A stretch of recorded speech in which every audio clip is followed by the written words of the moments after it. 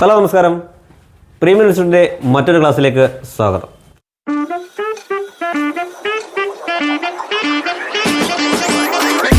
അപ്പം കഴിഞ്ഞ ക്ലാസ്സിലെല്ലാം നമ്മൾ കമ്പ്യൂട്ടറിൻ്റെ ബേസിക്സിനെ കുറിച്ചാണ് പറഞ്ഞെങ്കിൽ ഇന്ന് നമ്മൾ MS വേഡിനെ കുറിച്ചാണ് പറയുന്നത്. MS വേഡിലെ ചില പ്രീമിയം ഓപ്ഷൻസ്, കഴിഞ്ഞ ക്ലാസ്സുകളിലും ഞാൻ ചില പ്രീമിയം ഓപ്ഷൻസ് പരിചയപ്പെടുത്തിയിരുന്നു. അതുപോലെയുള്ള പരീക്ഷയ്ക്ക് ഇമ്പോർട്ടൻ്റ് ആയിട്ട് ചോദിക്കുമെന്ന് ഉറപ്പുള്ള ചില പ്രീമിയം ഫീച്ചറുകളാണ് ഞാൻ ഇന്ന് പരിചയപ്പെടുത്താൻ പോകുന്നത്. നമുക്കറിയാം വിൻഡോസ് 2007 MS വേഡിനകത്ത് ധാരാളം ഫീച്ചറുകളുണ്ട്. അതെല്ലാം പരീക്ഷകളിൽ ചോദിക്കുന്നതാണ്. എന്നാൽ അതിനകത്തൊക്കെ ഇമ്പോർട്ടൻ്റ് ആയിട്ട് വരുന്ന ഒരു ഫീച്ചറാണ് ഡോക്യുമെൻ്റ് പ്രൊട്ടക്ഷൻ എന്ന് പറയുന്ന ഫീച്ചർ.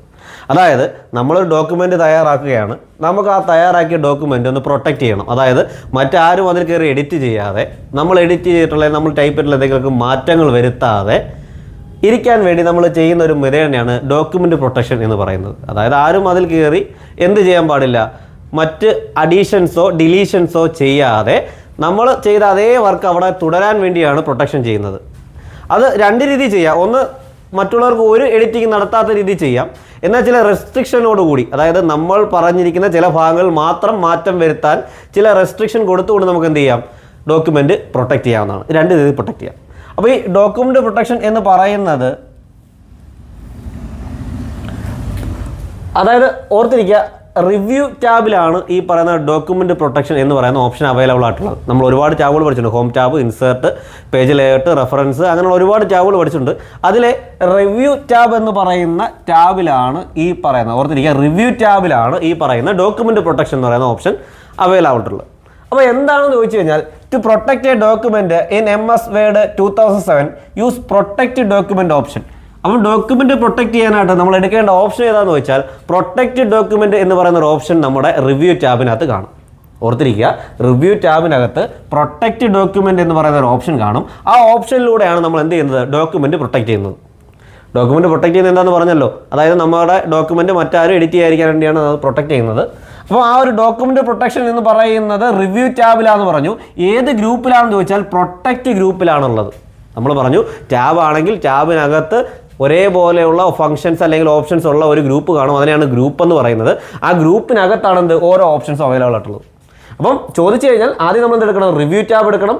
റിവ്യൂ ടാബിൽ നിന്ന് പ്രൊട്ടക്റ്റ് ഗ്രൂപ്പിലേക്ക് പോകണം. അവിടെയാണ് പ്രൊട്ടക്റ്റ് ഡോക്യുമെൻ്റ് എന്ന് പറയുന്ന ഓപ്ഷൻ. തിരിഞ്ഞു പോരുന്നത് എല്ലാം ഒരേ പേരുകളാണ്. അതുകൊണ്ടാണ് റിവ്യൂ ടാബ് എടുക്കണം ആദ്യം. അവിടെ നിന്ന് പ്രൊട്ടക്റ്റ് ഗ്രൂപ്പിലേക്ക് പോകണം. അതിൽ നിന്ന് പ്രൊട്ടക്റ്റ് ഡോക്യുമെൻ്റ് എന്ന് പറയുന്ന ഓപ്ഷനിലേക്ക് പോകണം. Okay, these restrictions are designed to prevent other from making unauthorized changes to your documents text or formatting. നമ്മൾ നേരത്തെ പറഞ്ഞ അൺഓതറൈസ്ഡ് ചേഞ്ചസ്, അതായത് നമ്മൾ പറയാത്ത ചേഞ്ചുകൾ, അതായത് നമ്മുടെ അനുവാദമില്ലാത്ത ചേഞ്ചുകൾ ഡോക്യുമെൻറ്റിൽ എന്തെങ്കിലും ചെയ്യാതിരിക്കാൻ വേണ്ടിയാണ് നമ്മൾ എന്ത് ചെയ്യുന്നത്, ഡോക്യുമെൻ്റ് പ്രൊട്ടക്ഷൻ എന്ന് പറയുന്ന ഒരു ഓപ്ഷൻ യൂസ് ചെയ്യുന്നത്. അപ്പോൾ അത് ഏത് ടാബിലാണെന്നുള്ളത് വളരെ ഇമ്പോർട്ടൻ്റ് ആണ്. പരീക്ഷയ്ക്ക് മിക്കവാറും ചോദിക്കുന്ന ഒരു ചോദ്യമാണ് ഡോക്യുമെൻ്റ് പ്രൊട്ടക്ഷൻ, അതായത് പ്രൊട്ടക്റ്റ് ഡോക്യുമെൻ്റ് എന്ന് പറയുന്ന ഓപ്ഷൻ ഏത് ടാബിലാണ്, ഏത് ഗ്രൂപ്പിലാണ്. രണ്ട് ക്വസ്റ്റ്യൻ ചോദിക്കാം. ഏത് ടാബിലാണെന്നും ചോദിക്കാം, ഏത് ഗ്രൂപ്പിലാണെന്നും ചോദിക്കാം. അപ്പോൾ അത് വളരെ ഇമ്പോർട്ടൻ്റ് ആയിട്ടുള്ള ഒരു ഭാഗമാണ് ഇത് എവിടെ ഉള്ളത് എന്നത്. അപ്പോൾ ഓർത്തിരിക്കുക, ഡോക്യുമെൻ്റ് പ്രൊട്ടക്റ്റ് ചെയ്യാൻ പ്രൊട്ടക്റ്റ് ഡോക്യുമെൻ്റ് എന്നൊരു ഓപ്ഷനാണ് നമ്മൾ യൂസ് ചെയ്യുന്നത്.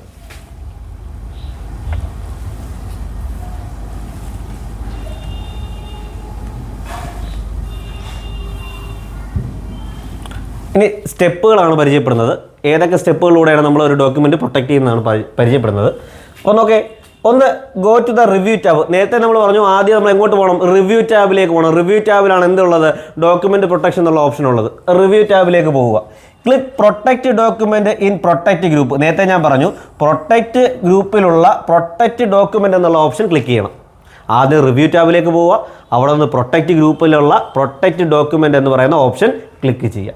അപ്പോൾ ആ ഓപ്ഷൻ ക്ലിക്ക് ചെയ്യുമ്പോൾ അവിടെ ഒരു ഡയലോഗ് ബോക്സ് വരും, ഒരു പെയിൻ വരും. അതായത് ആ പെയിനിനകത്ത് ഉള്ളൊരു ഓപ്ഷൻ ആയിരിക്കും റെസ്ട്രിക്റ്റ് ഫോർമാറ്റിംഗ് ആൻഡ് എഡിറ്റിംഗ്. ഉണ്ടോ, ഈ ഓപ്ഷനാണ് നമ്മൾ സെലക്ട് ചെയ്യേണ്ടത്. റെസ്ട്രിക്റ്റ് ഫോർമാറ്റ് ആൻഡ് എഡിറ്റിംഗ്, അതായത് നമ്മുടെ എഡിറ്റിങ്ങിനെയോ അല്ലെങ്കിൽ ഫോർമാറ്റിങ്ങിനെ എന്ത് ചെയ്യണം, റെസ്ട്രിക്റ്റ് ചെയ്യണം, അതായത് പ്രൊട്ടക്റ്റ് ചെയ്യണം. ആ ഓപ്ഷനാണ് നമ്മൾ അതിൽ നിന്ന്, അതായത് പ്രൊട്ടക്റ്റ് ഡോക്യുമെൻറ്റിൽ നിന്ന് ഈ ഒരു ഓപ്ഷനാണ് ക്ലിക്ക് ചെയ്യേണ്ടത്. ആ ഓപ്ഷൻ ക്ലിക്ക് ചെയ്യുമ്പോൾ അവിടെ മറ്റൊരു ഡയലോഗ് ബോക്സ് വരും. അവിടെ നമുക്ക് എന്ത് ചെയ്യണം, ഞാൻ നേരത്തെ പറഞ്ഞു, ഒന്നുകിൽ നമുക്ക് ഡയറക്റ്റ് ആയിട്ട് അത് പ്രൊട്ടക്റ്റ് ചെയ്യാം, അല്ലെങ്കിൽ നമുക്ക് എന്തെങ്കിലും റെസ്ട്രിക്ഷൻ വെച്ചുകൊണ്ട്, അതായത് എല്ലാ ഫയലിലും മാറ്റം വരുത്താൻ പറ്റത്തില്ല, ചില ഭാഗത്ത് എന്ത് ചെയ്യാം, മാറ്റങ്ങൾ വരുത്താം. ആ രീതി നമുക്ക് എന്ത് ചെയ്യാം, അലോ ചെയ്യാം. അപ്പോൾ എന്ത് ചെയ്യണം, in the task pain check hello only this type of editing in the document. കേട്ടോ, ഈ ഒരു ഓപ്ഷൻ ക്ലിക്ക് ചെയ്യണം. അതായത് നമുക്ക് എന്തെങ്കിലും മാറ്റങ്ങൾ മറ്റുള്ളവരെ കൊണ്ട് വരുത്തിക്കണം, അതായത് നമ്മൾ പറയുന്ന മാറ്റങ്ങൾ മാത്രമേ അവിടെ വരാൻ പാടുള്ളൂ. അങ്ങനെ കൊടുക്കണമെങ്കിൽ അതിനുപയോഗിക്കുന്ന ഓപ്ഷനാണ് എന്ത്, ഈ ഒരു ഓപ്ഷൻ. ഈ ഓപ്ഷൻ വേണ്ട, നമുക്ക് വേണ്ട, മൊത്തത്തിൽ പ്രൊട്ടക്റ്റ് ചെയ്യണമെങ്കിൽ നമ്മൾ ഡയറക്റ്റ് എന്താ ഈ റെസ്ട്രിക്റ്റീവ് ഫോർമാറ്റിങ്ങിൽ നേരെ എങ്ങോട്ട് പോവുക, യെസ് സ്റ്റാർട്ട് എൻഫോഴ്സിങ് പ്രൊട്ടക്ഷൻ. അത് കഴിഞ്ഞ് നേരെ എങ്ങോട്ട് പോകണം, യെസ് സ്റ്റാർട്ട് എൻഫോഴ്സിങ് പ്രൊട്ടക്ഷൻ എന്നുള്ളൊരു ഓപ്ഷൻ ക്ലിക്ക് ചെയ്യണം. ഈ ഓപ്ഷൻ ക്ലിക്ക് ചെയ്യുമ്പോഴത്തേക്ക് നമുക്ക് പാസ്വേഡ് കൊടുക്കാനായിട്ട് ഒരു ഡയലോഗ് ബോക്സ് ഓപ്പൺ ചെയ്യും. ആ ഡയലോഗ് ബോക്സിൽ എന്ത് കൊടുക്കണം, പാസ്വേഡ് കൊടുത്തുകൊണ്ട് നമുക്ക് എന്ത് ചെയ്യാം, ഡോക്യുമെൻറ്റ് പ്രൊട്ടക്റ്റ് ചെയ്യാം. അതായത് നമ്മൾ പിന്നെ എപ്പോൾ വേറെ ഒരാളതിനകത്ത് എഡിറ്റ് ചെയ്യാൻ കയറിയാലും ഈ ഡോക്യുമെൻറ്റ് പ്രൊട്ടക്റ്റഡ് ആണെന്ന് എന്ത് ചെയ്യും, എഴുതി കാണിക്കും. നമുക്കൊന്നും എഡിറ്റ് ചെയ്യാൻ പറ്റത്തില്ല. എഡിറ്റ് ചെയ്യണം എന്ത് ചെയ്യണം, ആ പാസ്വേഡ് കൊടുത്താൽ മാത്രമേ നമുക്ക് എഡിറ്റ് ചെയ്യാൻ പറ്റുള്ളൂ. അപ്പോൾ ഇതിന് ഉപയോഗിക്കുന്നൊരു ഐഡിയ ആണ് ഡോക്യുമെൻറ്റ് പ്രൊട്ടക്ഷൻ. ആ സ്റ്റെപ്പുകൾ ഒന്നുകൂടെ നോക്കുക. എന്താണ്, ആദ്യം റിവ്യൂ ടാബിലേക്ക് പോവുക.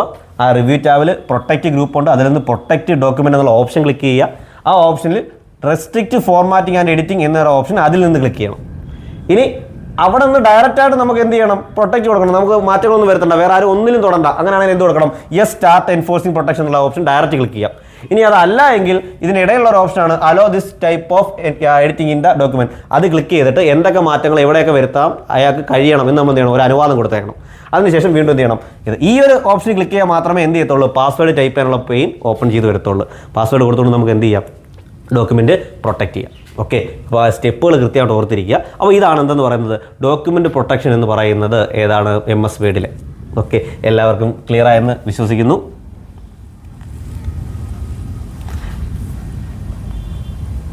ഇനി നമ്മൾ പോകുന്നത് മറ്റൊരു ഫീച്ചറിലേക്കാണ്. രണ്ടാമത്തെ ഫീച്ചറാണ് ഇൻഡൻറ്റേഷൻ. ഇൻഡൻറ്റുകൾ കൊടുക്കുക എന്ന് പറയും. വളരെ ഇമ്പോർട്ടൻ്റ് ആണ്. പരീക്ഷയ്ക്ക് ധാരാളം ചോദ്യങ്ങൾ ഈ ഒരു ഭാഗത്തുനിന്ന് വരും, ഇൻഡൻറ്റേഷൻ എന്നുള്ള ഭാഗത്തുനിന്ന് വരാറുണ്ട്. അപ്പം ഒന്നിലധികം ചോദ്യങ്ങൾ ഈ ഭാഗത്തുനിന്ന് ചോദിക്കാറുണ്ട്. ഇൻഡൻറ്റേഷൻ എവിടെയാണെന്നും അതിൻ്റെ ഓപ്ഷനുകൾ ഏതൊക്കെയാണെന്നും അതിന് ഉപയോഗിക്കുന്ന ഷോർട്ട് കട്ടുകൾ ഏതൊക്കെയാണെന്നൊക്കെ പരീക്ഷയ്ക്ക് ധാരാളം ചോദ്യങ്ങൾ വരാറുണ്ട്. അപ്പോൾ നമുക്ക് ആ ഒരു ഭാഗത്തിലേക്ക് പോകാം. എന്താണ് ഇൻഡൻറ്റേഷൻ എന്നറിയണം, എന്താണ് ഇൻഡൻറ്റേഷൻ, എന്തിനാണ് അത് ഉപയോഗിക്കുന്നതെന്ന് അറിയണം. ഓക്കെ, നോക്കൂ, ഞാൻ പറയുകയാണ്, എന്താണ് ഇൻഡൻറ്റ് എന്ന് അറിയണം. എന്താണ്, it is a space created between text and margin. ടെക്സ്റ്റിനും മാർജിനും ഇടയ്ക്ക് ഉണ്ടാക്കുന്ന സ്പേസിനെ വിളിക്കുന്ന പേരാണ് എന്ത്, ഇൻഡൻറ്റേഷൻ. സിമ്പിളായിട്ട് പറഞ്ഞാൽ നമ്മുടെ മാർജിനോട് ചേർത്ത് നമ്മൾ എഴുതാറില്ലല്ലോ. എപ്പോഴും ആ ഒരു ഡോക്യുമെൻ്റ് ആകർഷണീയമാകണമെങ്കിൽ ഇച്ചിരി കൂടെ കാണാൻ ഭംഗി ഉണ്ടാവണമെങ്കിൽ നമ്മൾ എന്ത് ചെയ്യും, മാർജിനിൽ കുറച്ച് വിട്ടല്ലേ എഴുത്തുള്ളൂ. ആ വിടുന്ന സ്ഥലത്തെ അല്ലെങ്കിൽ ആ വിടുന്ന പ്രോസസ്സിനെ വിളിക്കുന്ന പേരാണ് എന്ത്, ഇൻഡൻറ്റ് എന്ന് പറയും. അതായത് ഗ്യാപ്പ് ഇടുക. മാർജിനും ലെറ്ററുകൾ സ്റ്റാർട്ട് ചെയ്യുന്നതിന് തമ്മിൽ ഒരു ഗ്യാപ്പ് ഇടുന്നതിനാണ് ഇൻഡൻറ്റേഷൻ എന്ന് പറയുന്നത്. It improves readability and structuring document. ഇത് എന്ത് ചെയ്യും, റീഡബിലിറ്റി ഇംപ്രൂവ് ചെയ്യും. അതായത് അത് മാത്രമല്ല, ഡോക്യുമെൻ്റ് എന്ത് ചെയ്യും, സ്ട്രക്ചർ ചെയ്യും. ഡോക്യുമെൻ്റ് ഒരു വ്യക്തമായിട്ടുള്ള സ്ട്രക്ചർ ഉണ്ടാവും, കാണാൻ ഭംഗിയുള്ള രൂപം ഉണ്ടാവും. അതുമാത്രമല്ല, നമുക്ക് വായിക്കാനൊക്കെ എന്ത് ചെയ്യും, എളുപ്പമായി തീരുകയും ചെയ്യും. അതിനൊക്കെ വേണ്ടിയിട്ടാണ് നമ്മൾ ഇൻഡൻറ്റുകൾ യൂസ് ചെയ്യുന്നത്. ക്ലിയർ ആയിട്ട് മനസ്സിലാക്കുക. എന്താണ്, നമ്മളൊരു ഡോക്യുമെൻ്റ് ഉണ്ടെങ്കിൽ ആ മാർജിനിൽ നിന്ന് എത്രത്തോളം ലെറ്ററുകൾ മാറി നിൽക്കുന്നു എന്നതിനെയാണ് എന്ത് വിളിക്കുന്നത്, ഇൻഡൻറ്റ് എന്ന് വിളിക്കുന്നത്. ഇനി can use tab key to give indent. നമ്മുടെ ടാബ് കീയും നമുക്ക് എന്ത് ചെയ്യാം, കീബോർഡിനകത്തുള്ള ടാബ് കീ എന്ന് പറയുന്ന കീയും നമുക്ക് ഇൻഡൻറ്റ് ചെയ്യാനായിട്ട് യൂസ് ചെയ്യാവുന്നതാണ്. അപ്പോൾ നമ്മൾ സാധാരണ ടാബ് കീ കൊടുത്തിട്ടാണ് ഇൻഡൻറ്റ് ചെയ്യുന്നത്. അല്ലെങ്കിൽ നമ്മൾ എന്ത് ചെയ്യും, സ്പേസ് ബാർ അടിച്ചിട്ട് ഇൻഡൻറ്റ് ചെയ്യും. അതിൻ്റെ ആവശ്യമില്ല. ഓൾറെഡി നമ്മുടെ MS വേർഡിൽ തന്നെ ഇൻഡൻറ്റ് കൊടുക്കാനുള്ള ഓപ്ഷനുകൾ അവൈലബിൾ ആണ്. ഓക്കെ,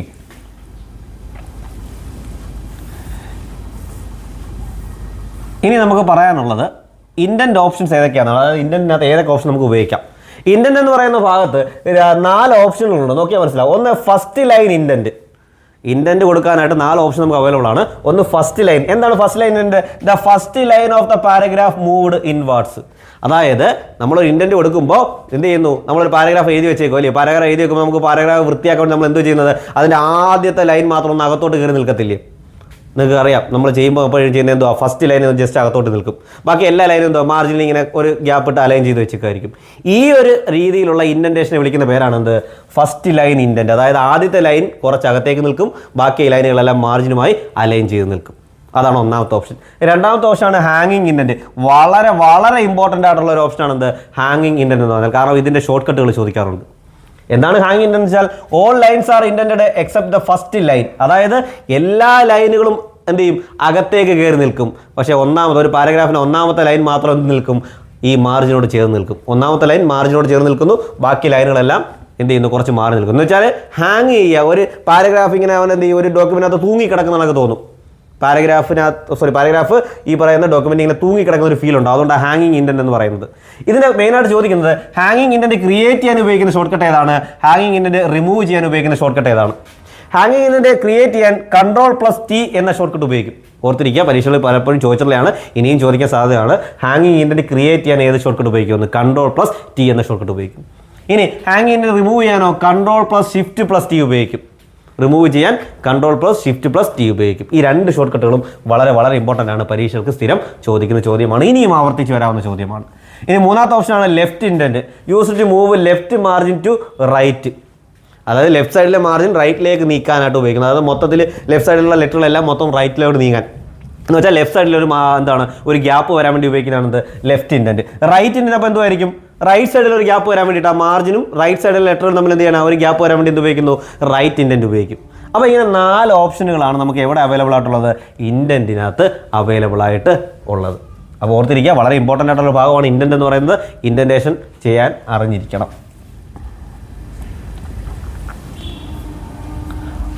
ഓക്കെ, അപ്പോൾ ഇന്ന് നമ്മൾ പറഞ്ഞത് MS വേർഡിൻ്റെ 2 പ്രീമിയം ഫീച്ചറുകളായിട്ടുള്ള ഡോക്യുമെൻ്റ് പ്രൊട്ടക്ഷനെ കുറിച്ചും ഇൻഡൻറ്റേഷനെ കുറിച്ചുമാണ്. 2 ഭാഗത്തൊന്നും സ്ഥിരമായിട്ട് ക്വസ്റ്റ്യൻ വരുന്നുണ്ട്, ഇനിയും ചോദിക്കാം. സ്ഥിരമായിട്ട് വരുന്നതെന്ന് പറഞ്ഞിട്ട് ഇനി ചോദിക്കത്തില്ല എന്ന് ഒരിക്കലും വിചാരിക്കരുത്. സ്ഥിരമായിട്ട് വരുന്ന ഭാഗത്തുനിന്ന് ക്വസ്റ്റ്യനുകൾ ഉറപ്പായിട്ടും വരും. കാരണം ഇതൊരു ഇമ്പോർട്ടൻറ്റ് ടോപ്പിക്കാണ് നമ്മുടെ സിലബസ് അനുസരിച്ച്.